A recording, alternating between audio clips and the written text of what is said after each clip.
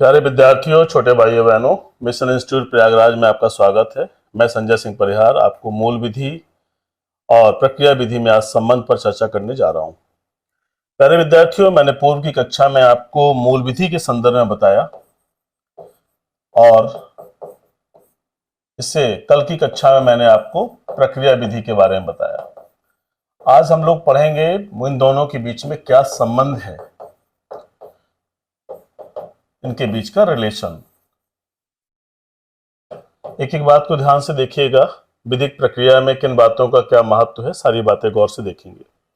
देखिए, भारत में जो व्यवस्था हमने अपनाई है वो है लोकतंत्र। लोकतंत्र में जनता का शासन होता है। जनता का शासन, जनता अपना शासन सही ढंग से करे, इसलिए हमने एक सिद्धांत अपनाया, विधि का शासन। विधि का शासन, जिसे अंग्रेजी में कहते हैं रूल ऑफ लॉ, यानी विधि के अनुसार शासन। यानी जो कुछ भी है वो कानून के अनुसार हो, मनमाना ना हो, विधि के अनुसार चीजें हो। ये व्यवस्था क्यों अपनाई गई? ताकि मनमानी चीजें ना आने पाए, हर चीज एक सिस्टमैटिक मैनर में कंडक्ट की जाए समाज में। अब देखिए, लोकतंत्र अगर सही से विधि का शासन ना हो तो ये क्या बन जाता है? भीड़ तंत्र, जिसे अंग्रेजी में कहते हैं मोमोक्रेसी। भीड़ तंत्र में जिसकी लाठी उसकी भैंस। जो ज्यादा पावरफुल है, जो इकोनॉमिकली साउंड है, वो प्रभावी भूमिका में आ जाता है, और जो इससे कमजोर है वो दयनीय स्थिति में आ जाता है। तो इन सारी बातों को ध्यान में रख के चलना है। हम लोग इस पर बातचीत कर रहे हैं।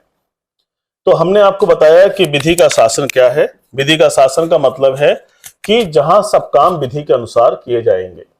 अब देखिए, मैंने आपसे मूल विधि बताई थी। मूल विधि में मैंने आपसे कहा, जिस विधि में विधि विरुद्ध कार्य के लिए, ध्यान दीजिएगा, विधि विरुद्ध कार्य के लिए क्या हो? दंड की व्यवस्था हो, इसे कहते हैं मूल विधि। जैसे मैंने आपको एग्जाम्पल दिया था कि एक आदमी किसी को मार देता है, गला काट देता है तलवार से, तो ये हत्या का अपराध है। तो हत्या का दंड हमें कहां मिलता है? हत्या का दंड हमें मिलता है धारा 302 में। 302 क्या कहती है कि या तो मृत्युदंड मिलेगा, यह हमने पूर्व की कक्षा में आपको बताया है, आप वहां देख लीजिएगा, या आजीवन कारावास मिलेगा, और जुर्माना है। और क्या है? जुर्माना। ध्यान दीजिएगा। तो अगर ये हम दंड देखते हैं कि हत्या का दंड क्या है 302 में, मृत्युदंड या आजीवन कारावास और जुर्माना। लेकिन ये लागू कैसे होगा? अब इसको लागू करने के लिए जो प्रोसेस है उसी को हम प्रक्रिया विधि के अंतर्गत देखते हैं। और वो क्या है? जिसमें प्रक्रिया बताई जाए, प्रोसेस बताई जाए। तो अब इस चीज को लागू करने के लिए जहां प्रक्रिया बताई जा रही है, यानी जहां पर एफआईआर हो रही है, जहां पर गिरफ्तारी हो रही है, यानी अरेस्ट किया जा रहा है किसी को, फिर जो है न्यायालय में पेश किया जा रहा है, फिर क्या हो रहा है? उस पर कार्रवाई हो रही है, बॉडी का पोस्टमार्टम हो रहा है, गवाह पेश हो रहे हैं, न्यायालय अपना निर्णय दे रहा है। तो निर्णय आने तक, और ये सारी चीजों को एफआईआर होने से लेकर के निर्णय आने तक की प्रक्रिया जिस पुस्तक में मिलती है उसे हम कहते हैं प्रक्रिया विधि। और चूंकि हम अपराध के संदर्भ में बात कर रहे हैं, तो ये हमारी प्रक्रिया विधि कौन सी है? सीआरपीसी। तो प्यारे विद्यार्थियों, जो हमारा आज का पर्पज है, जो आज हम समझने चल रहे हैं, वो क्या चीजें समझने चल रहे हैं? वो हम चल रहे हैं समझने कि मूल विधि और प्रक्रिया विधि के मध्य क्या संबंध है, कैसे दोनों कार्य करते हैं, किस उद्देश्य के लिए कार्य करते हैं, ये सारी बातें हम लोग समझने चल रहे हैं। आइए नेक्स्ट पेज पर आते हैं, देखते हैं। देखिए, एक चित्र के माध्यम से हम लोग समझेंगे इस बात को। एक व्यक्ति है ए, ये पहला एग्जाम्पल है जिस पर मैंने चर्चा आपसे की थी। और एक दूसरा व्यक्ति है बी, इसी एग्जाम्पल को लेकर चल रहे हैं, ध्यान दीजिएगा। ए ने बी का गला, ध्यान दीजिएगा, तलवार से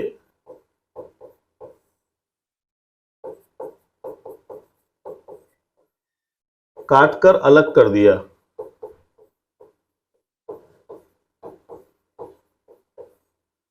ए ने बी का गला तलवार से काटकर अलग कर दिया। अब उससे क्या होगा कि बी की मृत्यु हो जाएगी, है ना, ये मर गया। तो भाई इसका परिवार जो है क्या कहलाएगा, वो कहलाएगा पीड़ित परिवार।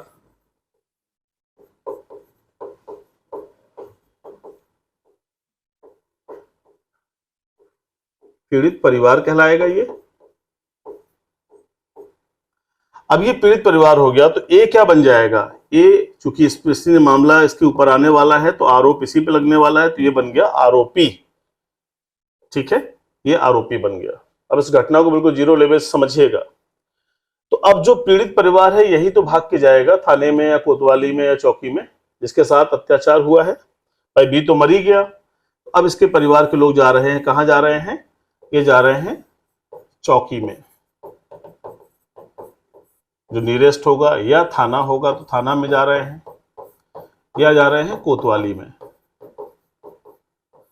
जब यहां जाएंगे तो ये लोग कोई सूचना देंगे, है ना, जो घटना घटी है, जो जानकारी उनके पास है उसकी सूचना देंगे।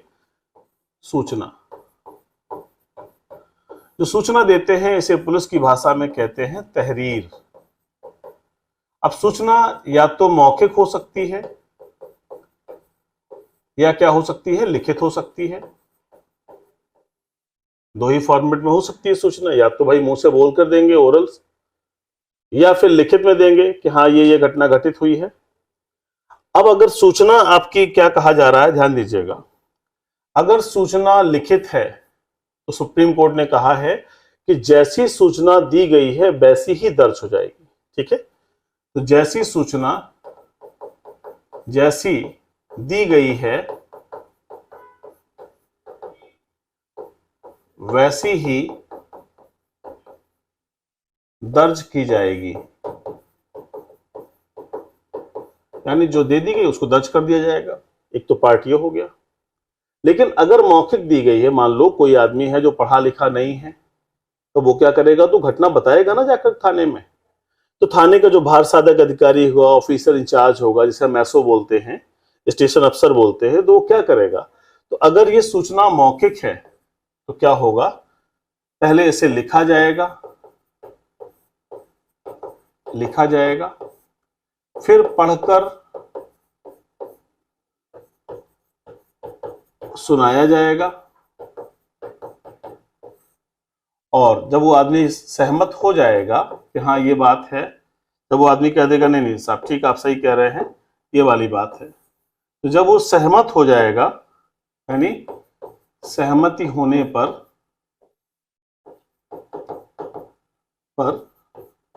उसे दर्ज किया जाएगा। दर्ज का मतलब है कि पुलिस रिकॉर्ड में दर्ज किया जाना, है ना भाई। दर्ज का मतलब है जो सूचना आपने दी उसे पुलिस रिकॉर्ड में दर्ज कर लिया गया, यही।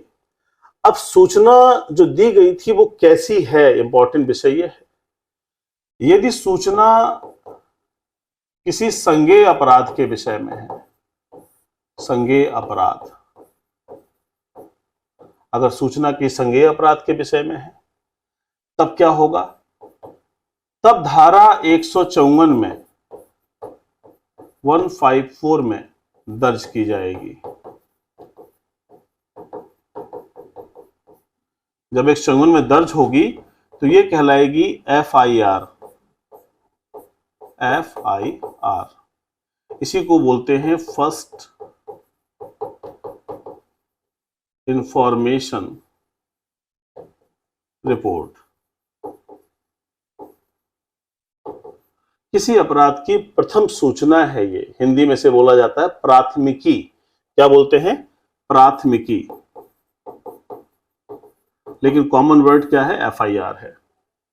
ध्यान देना है इस बात को कि सूचना अगर संज्ञेय अपराध की है तभी 154 में दर्ज होगी, अदरवाइज क्या होगा कि वो 154 में दर्ज नहीं होगी।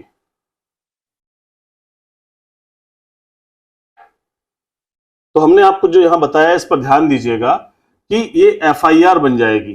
ठीक है, संज्ञेय अपराध की है तभी FIR बनेगी।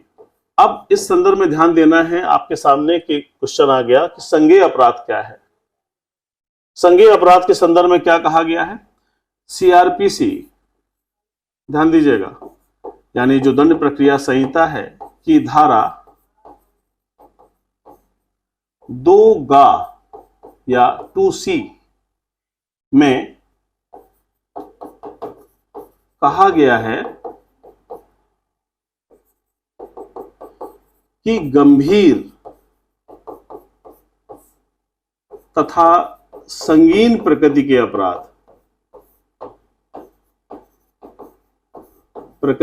अपराध, गंभीर या संगीन प्रकृति के अपराध जिनका उल्लेख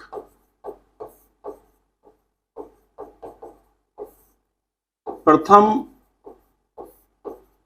अनुसूची में है,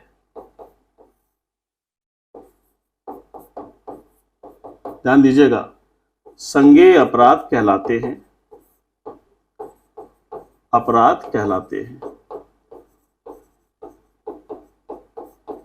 चाहे पीसीएसजे हो, चाहे एपीओ हो, चाहे यूपीएसआई हो, सभी की दृष्टि से इंपॉर्टेंट है। बहुत अच्छा प्रश्न है, बार बार आया है, इसे ध्यान रखिएगा। अब ये बात आपके सामने आ गई कि धारा 2गा में इसका उल्लेख है और क्या कहा गया, गंभीर या संगीन प्रकृति के अपराधों को हम क्या कहते हैं, उन्हें हम कहते हैं कि वो है संज्ञेय अपराध। अपराध की दो कैटेगरी, एक संज्ञेय और एक असंज्ञेय। अभी हम संज्ञेय पर बात कर रहे हैं, तो संज्ञेय को ध्यान दीजिएगा। अब इस संदर्भ में क्या कहा गया है, अब संज्ञेय अपराध कौन से हैं, तो संज्ञेय अपराध में है हत्या, लूट, डकैती, बलात्कार, राजद्रोह, यानी जो भी गंभीर प्रकृति के अपराध है उन सबको संज्ञेय अपराध कहा जाता है। अब यहां पर एक बात और ध्यान देने लायक है जो बहुत इंपॉर्टेंट है, परीक्षा में बहुत रिपीट करती है, और वो ये है कि संज्ञेय अपराध की दशा में विशेष चीज क्या है, पुलिस अधिकारी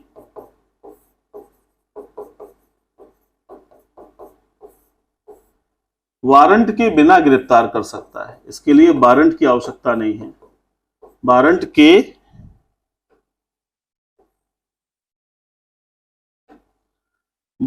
बिना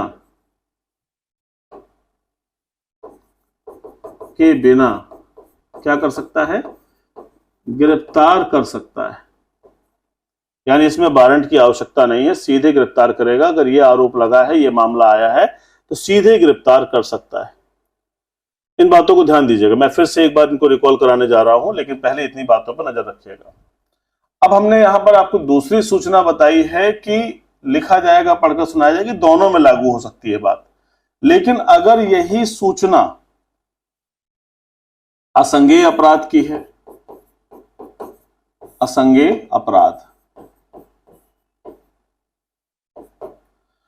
अपराध कहां है, सीआरपीसी की धारा जो है,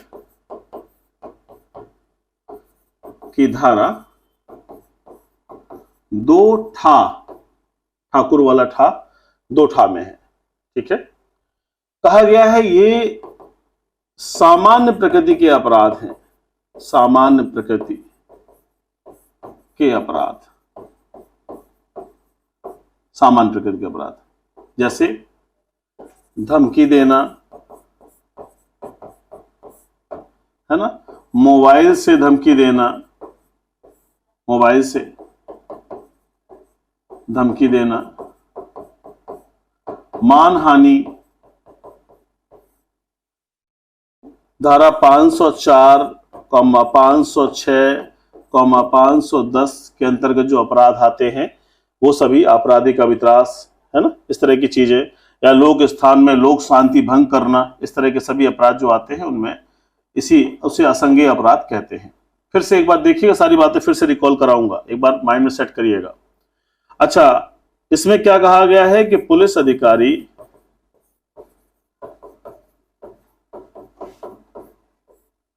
वारंट के बिना गिरफ्तार नहीं कर सकता।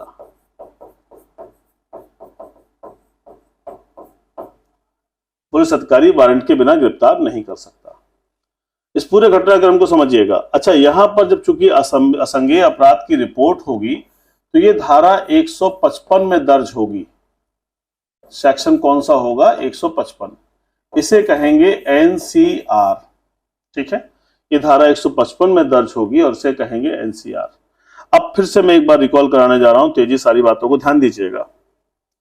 देखिए, मैंने आपको अभी जो बताया है वो क्या बताया कि जब कोई व्यक्ति ए ने बी का गला तलवार से काट कर अलग कर दिया तो भाई ये आदमी मर गया, तो इसका परिवार क्या बन गया? पीड़ित परिवार बन गया।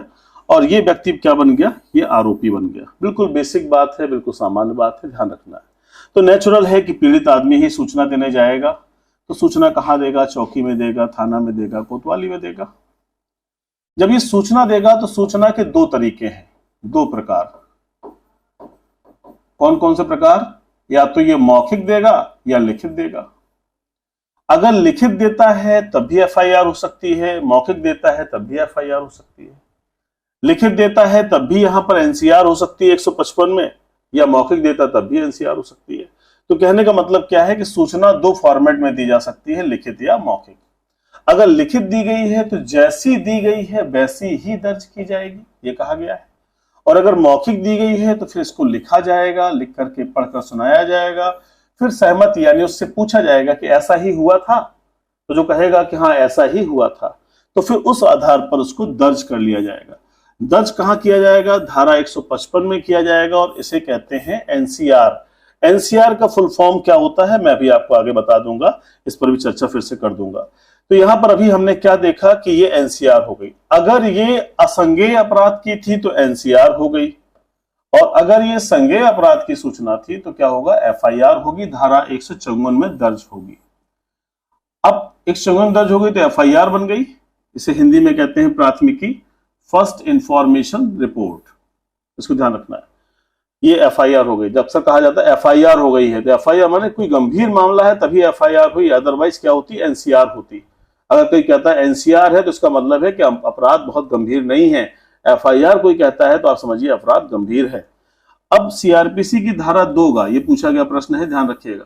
2 में क्या कहा गया है कि गंभीर तथा संगीन प्रकृति के अपराध जिनका उल्लेख प्रथम अनुसूची में है। प्रथम अनुसूची किसकी?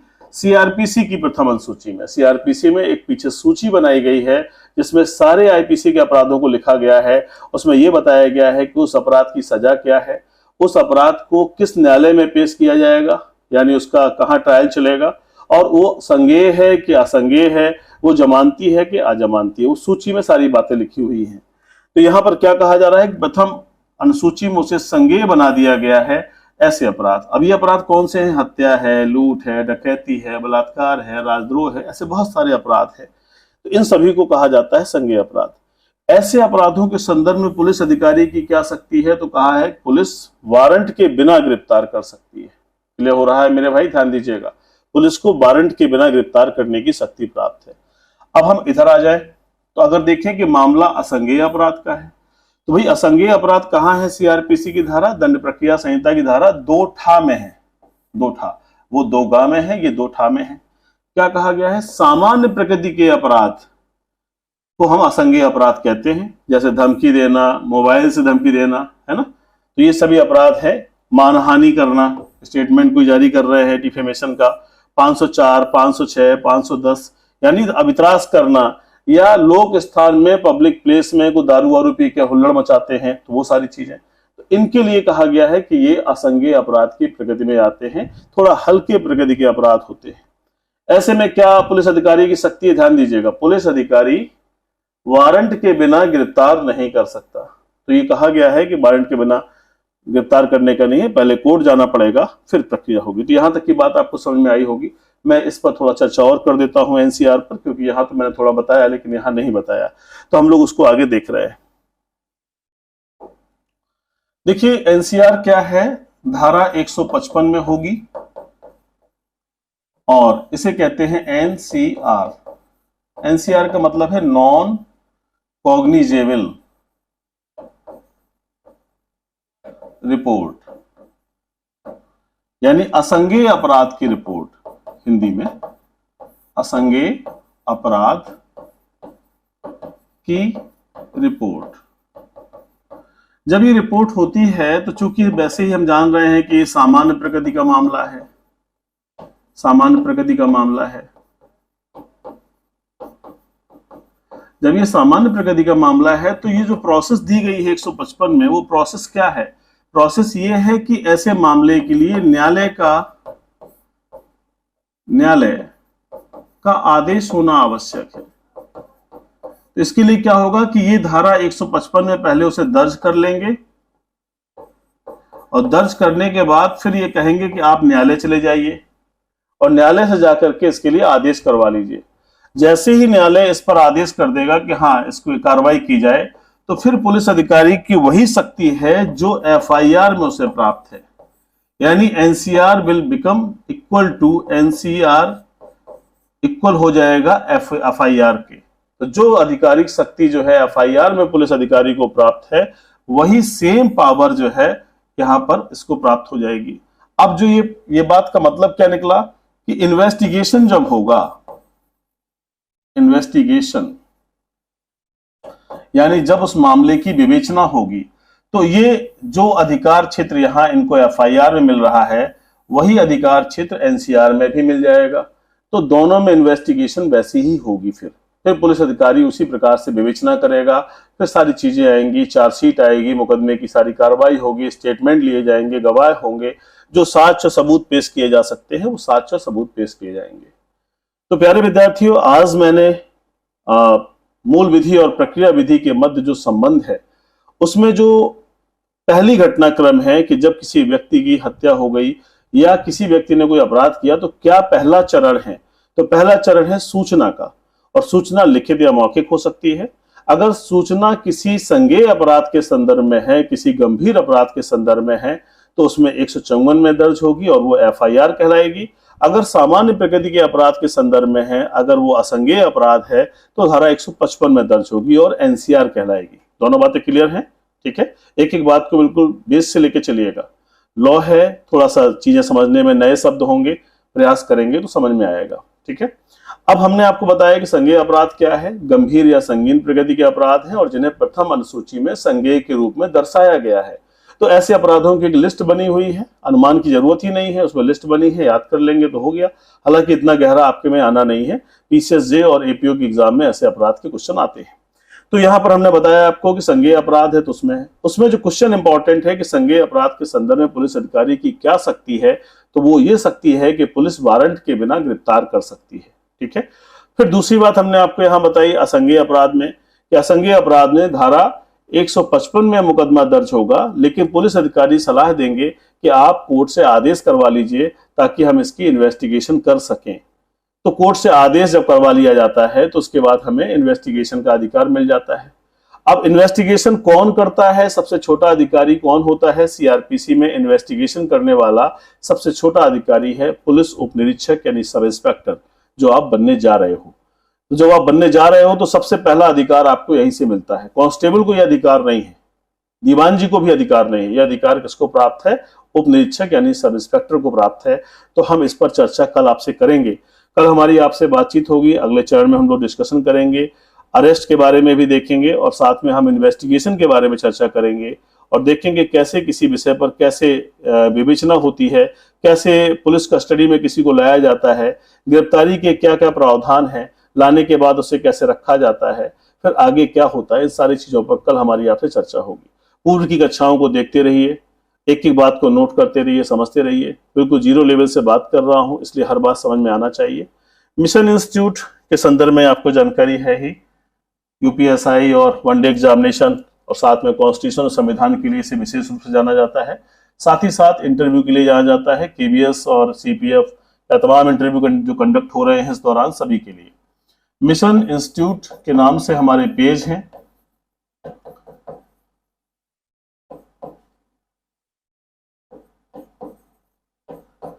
मिशन इंस्टीट्यूट के नाम से हमारा पेज है, तो हम उस पेज को ध्यान दे लेंगे। इंस्टीट्यूट प्रयागराज, ये हम आप चैनल देखोगे तो यूट्यूब में चैनल है। इसके अलावा हमारा गूगल प्ले स्टोर पर इसी नाम से ऐप है और मिशन इंस्टीट्यूट प्राइवेट लिमिटेड के नाम से हमारा एफबी पर पेज है।